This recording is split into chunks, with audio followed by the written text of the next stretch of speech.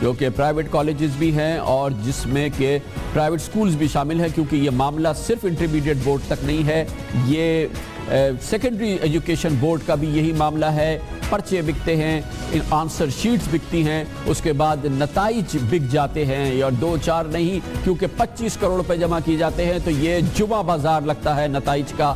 یہ ہے بھیانک حقیقت، اسی لیے ہم کہتے ہیں کہ یہ اس وقت سندھ میں تعلیمی نظام کا جنازہ نکل رہا ہے۔ چیئرمین بورڈ کے اس موقع کے بعد گزشتہ روز انٹرمیڈیٹ بورڈ کے ناظم امتحانات عمران خان چشتی اور بورڈ کے سیکرٹری قاضی ارشد اور ایک اور شخص قمر اقبال کو ان کے محکموں میں واپس بھیج دیا گیا۔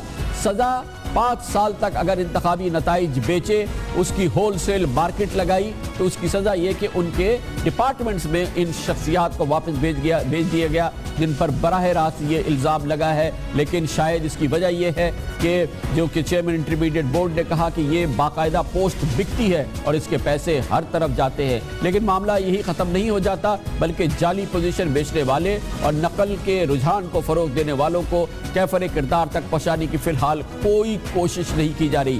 کی بھی کیسے جائے گی اس صوبے میں جس کے محکمہ تعلیم کا سالانہ بجٹ 49 ارب روپے سے بڑھ کے اب 140 روپے تک پہنچ گیا ہے، مگر محکمہ تعلیم، ایجوکیشن سیکٹر پلان، سالانہ شماریات، اسٹینڈرڈائزیشن ٹیسٹ کی 3 رپورٹیں پچھلے 7 سال کے دوران کے حوالے سے کہتی ہے کہ سندھ کے تعلیمی شعبے میں 6 کھرب روپے خرچ کیے گئے، اور شعبہ تعلیم اور اساتذہ کی کارکردگی میں کیا بہتری آئی ہے، اور اساتذہ خاص طور پہ جو اس وقت تعلیم دے رہے ہیں سندھ کی۔ ہم دوسری رپورٹس میں دوسری تفصیل میں نہیں جاتے، ہمارے اسی پروگرام میں چند روز قبل صوبہ سندھ کے سیکرٹری تعلیم فضل اللہ پیچیو، جو کہ برادر ان لا بھی ہیں جناب آصف علی زرداری کے، انہوں نے اس پروگرام میں سندھ کے تعلیمی نظام کے حوالے سے، یہاں پر جو اساتذہ ہیں ان کے حوالے سے جو حقیقت بیان کی تھی وہ آپ سنیے۔ کافی بے تحاشا نان میریٹوریس ریکروٹمنٹ ہوئی ہیں جس کو ڈپارٹمنٹ نے آج تک نہیں مانا، اور اس میں بے تحاشا لوگوں کی تنخواہیں بھی بند کی گئی ہیں۔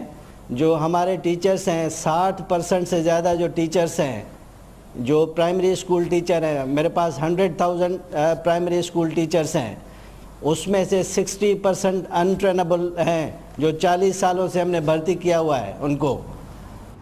اس کے علاوہ انہوں نے یہ بھی کہا تھا کہ نواب شاہ میں 200 میں سے 80% اساتذہ ایسے ہیں جو کہ بنیادی ان کے پاس تعلیم بھی نہیں ہے، اور آپ نے جیسے کہ سنا کہ 60% ایسے ہیں جو کہ بالکل کسی قابل نہیں ہے مگر وہ اساتذہ ہیں۔ صورتحال یہ ہے کہ عالمی بینک کا 70 کروڑ ڈالر کا قرضہ، عالمی اداروں کی 10 کروڑ ڈالر کی امداد، یہ سب کچھ کدھر جاتی ہے یہ کسی کو نہیں معلوم۔ صوبے کے 36,039 اسکولوں میں 6,140 اسکول اس وقت بند پڑے ہیں۔ 6,000 سے زائد اسکولوں کی عمارتوں کو خطرناک قرار دیا جا چکا ہے۔ 18,000 کی عمارتوں کی فوری مرمت کی ضرورت ہے۔ 8,280 اسکولوں کی چھت نہیں ہے۔ 44% یعنی 19,000 اسکولوں کی 4 دیواری تک نہیں ہے۔ 62% یعنی 28,660 اسکولوں کی بجلی کی سہولت بھی نہیں ہے۔ 46% یعنی 21,102 اسکولوں میں ٹوائلٹ کی سہولت نہیں ہے۔ 53% یعنی 23,315 اسکولوں میں بچوں کے لیے پینے کا پانی نہیں ہے۔ 99% یعنی 45,000 سے زائد اسکولوں میں سائنس کی لیبارٹریز نہیں ہیں اور لیبارٹری کی سہولت قطعی طور پہ موجود نہیں ہے۔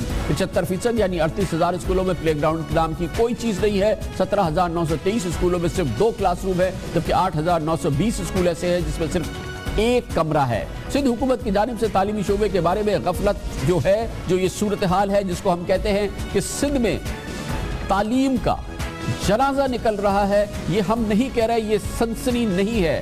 سنیے، سندھ میں پیپلز پارٹی کے سب سے اہم سینئر ترین رہنما میں سے ایک، پاکستان پیپلز پارٹی سے تعلق رکھنے والا پاکستان کی پارلیمنٹ میں قائد حزب اختلاف جناب سید خورشید شاہ کا قول۔ میں اپنی حکومت پہ پہلے تنقید کرتا ہوں کہ ان کی ذمہ داری ہے، education is the responsibility of the provincial government۔ وہ اپنی ذمہ داری پوری نہیں کرتے ہیں۔ کتنی شرم کی بات ہے کہ آج بھی ہمارے بہت بڑے تعداد میں اسکولز بند پڑے ہیں۔ یہ سندھ پیپلز پارٹی کی کانسٹیٹوئنسی ہے۔ پیپلز پارٹی پہ یہاں کے لوگوں نے اپنی زندگیاں دے دی ہیں شہید بھٹو کے لیے۔ اب حکومت کو چاہیے کہ اب اپنے بچوں کے لیے کچھ کرے۔ میں کامل شاہ صاحب سے کہتا ہوں کہ آپ سارا کچھ بند کر دیں، اس ملک کی ایجوکیشن اور ہیلتھ کو ٹاپ پرائرٹی دے. یہ میری التجا ہے آپ سے, حکومت سندھ سے التجا ہے, گزارش ہے, اپیل ہے کہ خدا را ایک میٹنگ بلائیں, بیٹھے اور اپنی ایجوکیشن کو دیکھیں, فیصلہ کریں. گواہی دے رہے ہیں سید خورشید شاہ ہمارے اس بیان کی کہ سندھ میں تعلیم کا جنازہ نکل رہا ہے, جس میں اب یہ ہوشربا حقائق سامنے آئے ہیں کہ نتائج انٹرمیڈیٹ بورڈ کے, میٹرک بورڈ کے ہول سیل میں سیل ہوتی ہے ان کی. جمعہ بازار لگتا ہے نتائج کا, چاہے وہ پیپر سیٹنگ ہو, آنسرنگ کاپیز ہوں یا نتائج ہوں, اور اس کا باقاعدہ اظہار ہو چکا ہے, حقائق سامنے آ رہے ہیں. مگر ابھی تک فی الحال سندھ حکومت میں سید قائم علی شاہ یا کسی اور بڑے کی کان پر جوں نہیں رنگی ہے. ہمیں نہیں پتا کہ پیپلز پارٹی کے آج کے سب سے سرکردہ رہنما جناب بلاول بھٹو زرداری اس پوری صورتحال کو کیسے دیکھ رہے ہیں. نتائج کی سیل, نتائج کی فروخت, نتائج کا نیلام, اس پر ہم بات کریں گے. اس کے لیے ہمیں جوائن کیا ہے دنیا نیوز کے ایجوکیشن کارسپونڈنٹ احسن چاڑیو نے. احسن چاڑیو صاحب, یہ بات جو اختر غوری نے chairman board of intermediate education نے کی کہ 25 کروڑ روپے سالانہ جو ہے جمع کیا جاتا ہے صرف امتحانات کے نتائج بیچ کے, یہ کس مافیا کی طرف اشارہ کر رہے ہیں اور یہ کس طرح سے کام کرتی ہے؟ جی بالکل, دیکھیں کامران صاحب, یہ جو جنگ ہے وہ دو اعلیٰ افسران جو انٹر بورڈ کے ہیں ان کے درمیان ہے, اور اس کی وجہ سے جو ہے تعلیمی معیار جو ہے وہ بالکل برباد ہو رہا ہے. جو نہیں, آپ یہ بتائیے کہ یہ بتائیں کہ یہ کیا ریکٹ ہے, یہ کیا مافیا ہے, کس طرح سے نتائج بکتے ہیں, کیا ہوتا ہے؟ افسران میں ہمیں جانے کی ضرورت نہیں ہے, جو ریکٹ ہے وہ بتائیں کیا ہے. جی بالکل کامران صاحب, ایسا ہے کہ جو چیئرمین کی جانب سے جو ہے ناظم امتحانات پر جو یہ سنگین الزامات لگائے گئے تھے کہ 24 کروڑ سے 25 کروڑ روپے جو ہے سالانہ جو تعلیمی نتائج ہے وہ بکا کرتے ہیں, اور ان کے کلائنٹ جو ہے بڑے بڑے اس شہر کے جو ہے پرائیویٹ کالجز ہیں جو کہ جن سے ان کی ڈیلنگ ہوتی ہے, اور 24 سے 25 کروڑ روپے کے جو ہے ان کے معاملات طے ہوتے ہیں. اس کے علاوہ بھی جو اگر ہم دیکھیں, دوسری طرف دیکھیں تو جو میڈیکل کے اسٹوڈنٹ ہیں ان کے بھی جو ہے نتائج میں تبدیلی کی جاتی ہے, اور ان کے 2 سے 2.5 لاکھ روپے ایک بچے کے جو ہے وہ ریٹ ہیں جن کو جو ہے پوزیشن دلائی جاتی ہے. اور جب وہ بچے آگے جاتے ہیں یونیورسٹی میں داخلے کے لیے جاتے ہیں تو ان کے داخلے نہیں ہو پاتے, اور وہ جو یونیورسٹی کا جو داخلہ ٹیسٹ ہے وہ بھی پاس نہیں کر پاتے. کیا ہوتا ہے, پرچہ آؤٹ کر دیتے ہیں, جو آنسرنگ کاپی ہے وہ دوسری دے دیتے ہیں, نتیجہ بدل دیتے ہیں, یہ تینوں چیزیں ہوتی ہیں, ہر طرح سے ہوتی ہیں. جی دیکھیں کامران صاحب, ان میں نتائج میں ہیر پھیر ہوتی ہے. جو نتائج اگر جیسے کہ آپ اس فوٹیج میں دیکھ سکتے ہیں, چیئرمین کی فوٹیج میں وہ خود گفتگو کر رہے ہیں اور اپنے ملازمین کو باقاعدہ وہ احکامات جاری کر رہے ہیں کہ یہ چار رول نمبر ہے جو سی ایم ہاؤس سے آئیں, اس میں 2 بچے فیل ہیں, ایک بچے کا سی گریڈ ہے اس کو بی گریڈ کر دو, 2 بچے جو فیل ہیں ان کا اے گریڈ کر دو. اور اسی طرح انہوں نے جو سی ایم ہاؤس کے جو کوارڈینیٹر ہیں رشید چنا, ان کا نام لے کے بات کی کہ ان کی بیٹی کی سفارش آئی ہے, اور وہ مجھ سے ہاتھ جوڑ کے یہ بات کہہ رہے ہیں کہ یہ بچی جو ہے فیل ہو گئی ہے, اس کا کسی طرح اے گریڈ دلا دو, میڈیکل کی اسٹوڈنٹ ہے تو اس کا جو ہے کسی اچھی یونیورسٹی میں ایڈمیشن ہو جائے گا. اچھا, تو یہ جو ہے یہ کام جو ہے یہ پچھلے 5 سال سے چل رہا ہے, جو نتیجہ بک رہا ہے یہاں پہ انٹرمیڈیٹ کا, یہ پچھلے 5 سال سے ہو رہا ہے یہ کام, یا اس سے بھی پہلے سے؟ بالکل, جو کامران صاحب دیکھیں یہ جو الزامات, جی بالکل کامران صاحب دیکھیں یہ جو الزامات لگائے گئے ہیں وہ سابق چیئرمین انٹر بورڈ جو تھے انوار احمد زئی اور موجودہ ناظم امتحانات جو ہیں ان دونوں پر موجودہ چیئرمین کی جانب سے لگائے گئے ہیں کہ وہ 24 سے 25 کروڑ روپے میں جو ہے نتائج بیچا کرتے تھے, اور ان کے جو بڑے کلائنٹ تھے وہ بڑے بڑے شہر کے کالجز تھے جو ان سے ڈیلنگ ہوتی تھی, اور اس کے علاوہ پر بچہ جو ہے وہ 2 سے 2.5 لاکھ روپے وصول کیے جاتے تھے میڈیکل اسٹوڈنٹ کے, اور جو پری انجینئرنگ اور کامرس کے ہیں وہ 1 سے 1.5 لاکھ روپے اس کے ریٹ بتائے جاتے ہیں. بہت بہت شکریہ, بہت بہت شکریہ عالمان. اللہ حافظ. لیتے ہیں خبر سے بریک اور اس کے بعد ذکر کریں گے بہت بڑا واقعہ بلدیہ ٹاؤن فیکٹری. 261 لوگوں کو پاکستان کی سب سے بڑے آتش زدگی کے واقعے میں جل گئے تھے, وہ اپنی جان اللہ کو پیارے ہو گئے تھے. اب پولیس کی وہ تحقیقات جو دبئی میں ہو رہی تھی, ایک مفصل تحقیقات انٹروگیشن وہ کمپلیٹ ہوئی ہے, مکمل طور پہ کمپلیٹ ہو گئی ہے, اور یہ بات ثابت ہو گئی ہے, 100% ثابت ہو گئی ہے. پولیس کو 100% یقین ہے کہ یہ دہشت گردی کا واقعہ تھا, یہ بھتہ خوری کا واقعہ تھا, اور اس میں سیاسی جماعت سے منسلک اہم لوگ ملوث تھے. اس کے بارے میں آپ کو بتائیں گے کمرشل بریک کے بعد.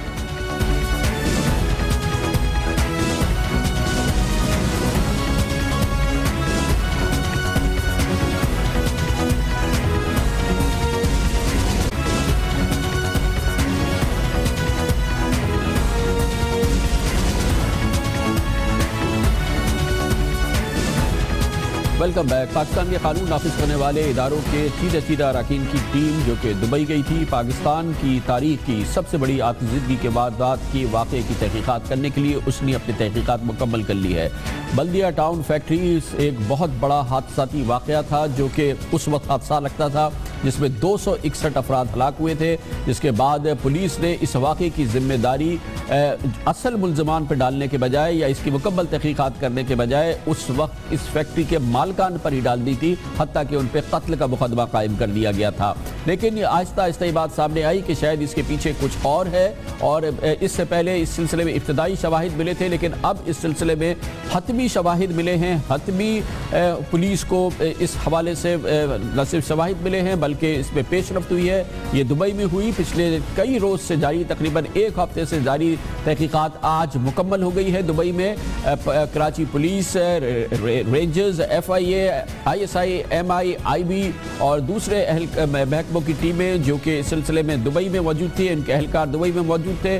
فیکٹری کے مالکان ارشد بھالیا اور شاہد بھالیا سے ان کی مسلسل گفتگو ہوئی اس دوران، اور اس سلسلے میں بہت اہم معلومات حاصل کی گئی ہے جو کہ کئی دن تک اس ہونے والی تحقیقات کا نتیجہ ہے۔ اب یہ ٹیم کراچی واپس آ رہی ہے اور اس کے نتیجے میں جو اب تحقیقات عدالت میں پیش کی جانے والی ہے وہ بہت ہی اس کے نتائج انتہائی سیریس ہو سکتے ہیں، اور جو اس کے نتائج ہیں اور جو اب جو پولیس کو یہ یقین ہو چکا ہے کہ یہ واقعہ حادثہ نہیں بلکہ ایک دہشت گردی کا واقعہ تھا، یہ جان بوجھ کے آگ لگائی گئی تھی اور اس کے پیچھے بھتہ خوری تھی، اور شاید اس کے پیچھے ایک سیاسی جماعت کے کارکن منظم انداز میں کام کر رہے تھے۔ اس پوری صورتحال پہ بات کرتے ہیں اور اس کے لیے ہمیں جوائن کیا ہے دنیا نیوز کے کراچی کے بیورو چیف ریحان ہاشمی نے۔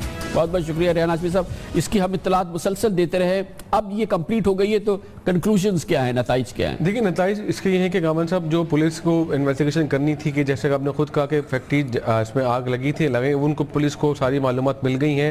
32 گھنٹے سے زیادہ انہوں نے تحقیقات کی، دونوں بھائیوں کا بیان قلم بند کیا۔ یہ پہلی دفعہ بیان قلم بند کیا گیا ہے جس پر دونوں بھائی بھی مطمئن ہیں۔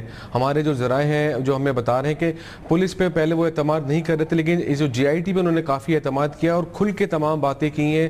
اس میں اراکین اسمبلی کے نام بتائیں جو انہیں کالز کرتے تھے، بھتہ مانگتے تھے، ان سیاسی جماعتوں کے اہم عہدیداروں کے نام بھی بتائیں، اور وہ کافی نالا ہیں حکومت سے۔ اس وقت کی حکومت تھی کہ ان کے ساتھ بڑی زیادتی کی گئی تھی، ہم پریشان تھے، ہماری فیکٹری میں لوگ مارے گئے اور ہمارے خلاف مقدمہ ہوا۔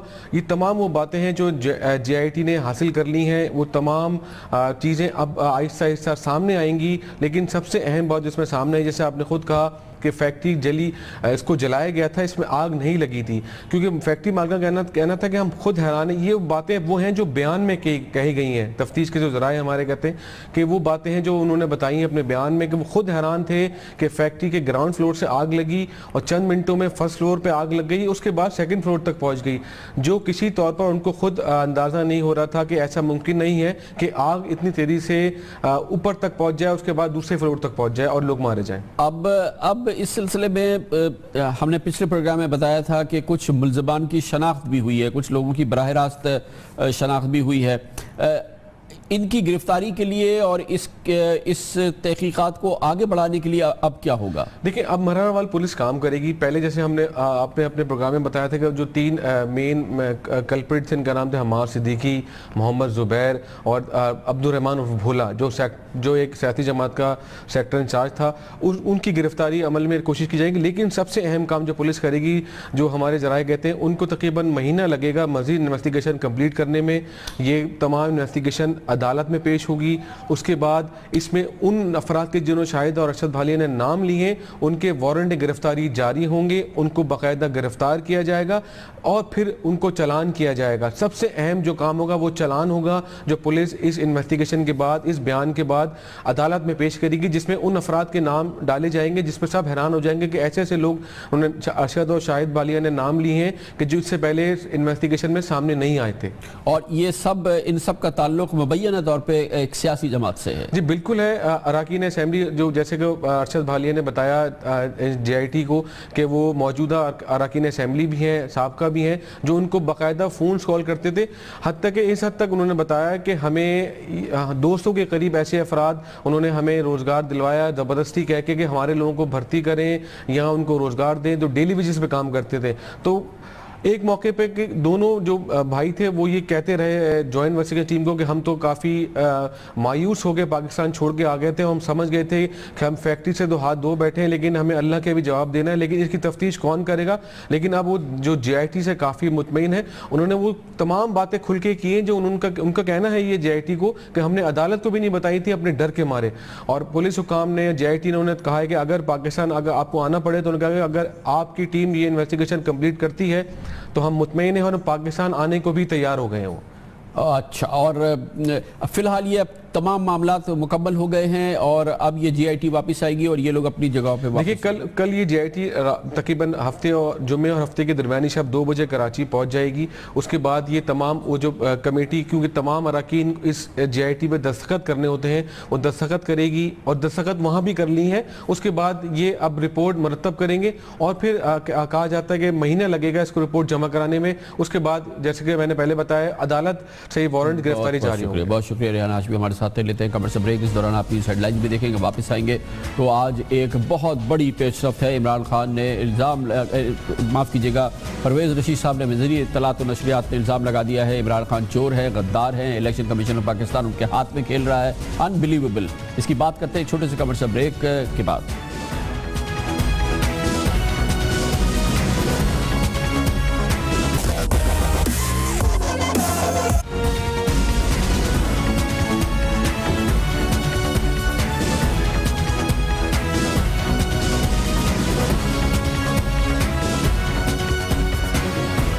Welcome back. پاکستان مسلم لیگ نون حکمراں جماعت اور تحریک انصاف ایک بار پھر جنگ کے ماحول میں ہیں اور کھلی جنگ کی سی کیفیت ہے جو کہ اس وقت دونوں جماعتوں کے درمیان نظر آ رہی ہے. اس کی بڑی وجہ وہ الیکشن ہے, بائی الیکشن ضمنی انتخاب جو حلقہ 122 لاہور میں ہونے جا رہا ہے, جہاں پر پاکستان تحریک انصاف اور پاکستان مسلم لیگ نون اپنی سیاسی قوت کو ثابت کرنے کی کوشش کر رہے ہیں.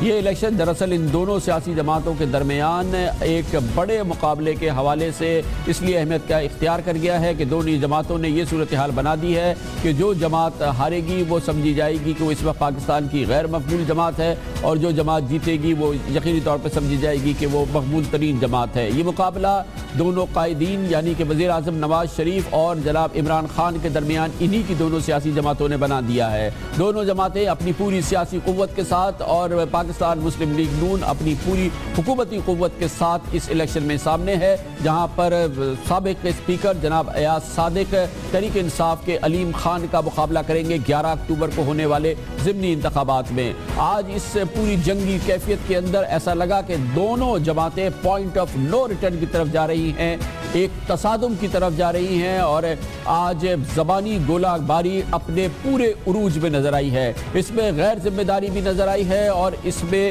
یہ سنگین کیفیت بھی نظر آئی ہے کہ پاکستان کی بڑی سیاسی جماعتیں ایک دوسرے کے قائدین کے حوالے سے کیا خیالات رکھتی ہیں. نہ صرف یہ کہ یہ الزامات لگائے گئے ہیں بلکہ الزامات اس نوعیت کے الزامات ہیں کہ جن کو سوچے یا کوئی دوسرا غیر پاکستانی الزامات کو سوچے تو اس کے رونگٹے کھڑے ہو جائیں. اور آج یہ الزامات حکومت کی اعلیٰ ترین سطح سے لگائے گئے ہیں اور تحریک انصاف کی بھی اعلیٰ ترین سطح سے لگائے گئے ہیں. پاکستانی اپنے قائدین کے بارے میں جو ان ان کو فالو کرتے ہیں ان سیاسی جماعتوں کو, یقینی طور پہ ان الزامات اور جوابی الزامات کی وجہ سے شدید پریشان ہوں گے, شدید کوفت کا بھی شکار ہوں گے. آج اس سلسلے میں ایک بہت بڑی الزامات کی فہرست سامنے آئی وہ حکومت کی جانب سے, اور جس کو لیڈ کیا وفاقی وزیر اطلاعات و نشریات جناب پرویز رشید نے, جنہوں نے آج PID پریس انفارمیشن ڈپارٹمنٹ میں ایک بڑی پریس کانفرنس کی جو کہ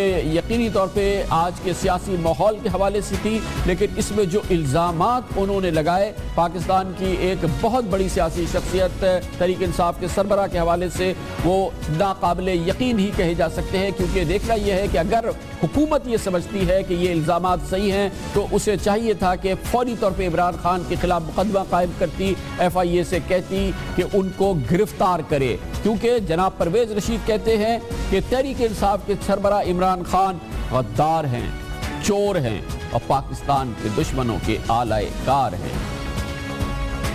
آپ کی جماعت غیر ملکی چندے سے چلتی ہے، یہ ریکارڈ ہے سارا، یہ ریکارڈ دیکھیے، یہ وہ سارا ریکارڈ ہے جس میں ان تمام جیوش فرمز کے نام موجود ہیں، ان تمام غیر ملکی ہندو فرمز کے نام موجود ہیں، افراد کے نام موجود ہیں، یہ سارے ڈاکومنٹس، اور امریکہ کے سرکاری محکموں میں عمران خان صاحب کا ایڈمیشن موجود ہے کہ یہ پیسے میں نے وصول کیے ہیں۔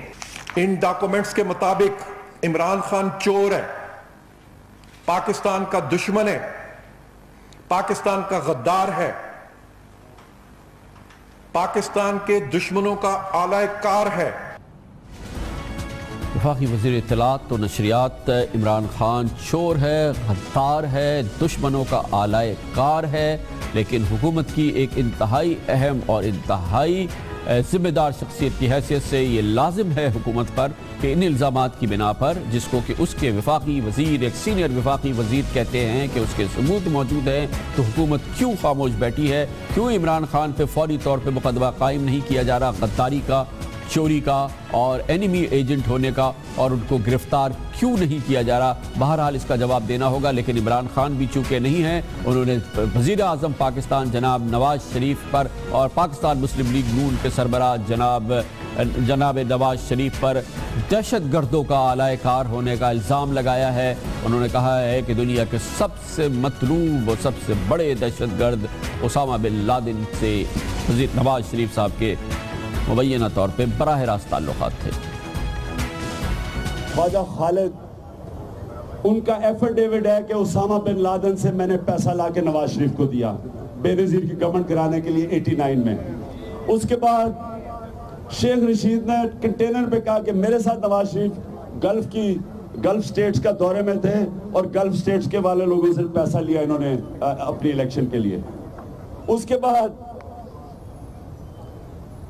کے بعد یہ جو 480 ارب روپیہ جو انہوں نے پاور سیکولر ڈیٹ کا واپس کیا ہے، اس کی اگر آڈٹ کروائیں تو آپ کو پتہ چلے گا کہ اس میں سے ایک دو ایسے لوگ ہیں جنہوں نے اربوں روپیہ ان کی الیکشن کیمپین فنڈ کی۔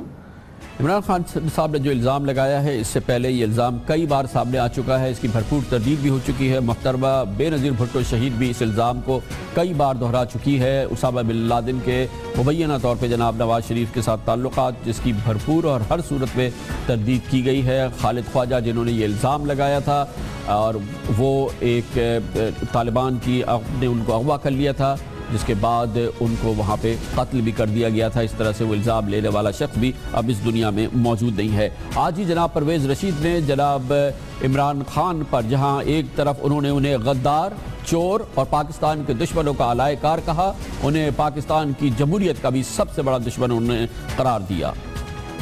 میں کہتا ہوں کہ تم پاکستان کے دشمنوں کے آلائے کار ہو، تم نے پاکستان کے دشمنوں سے پیسے جمع کیے پاکستان کی جمہوریت کا تختہ الٹنے کے لیے، پارلیمنٹ پہ حملہ کرنے کے لیے، پی ٹی وی پر حملہ کرنے کے لیے، پاکستان کے 2013 کے الیکشن کو چوری کرنے کے لیے۔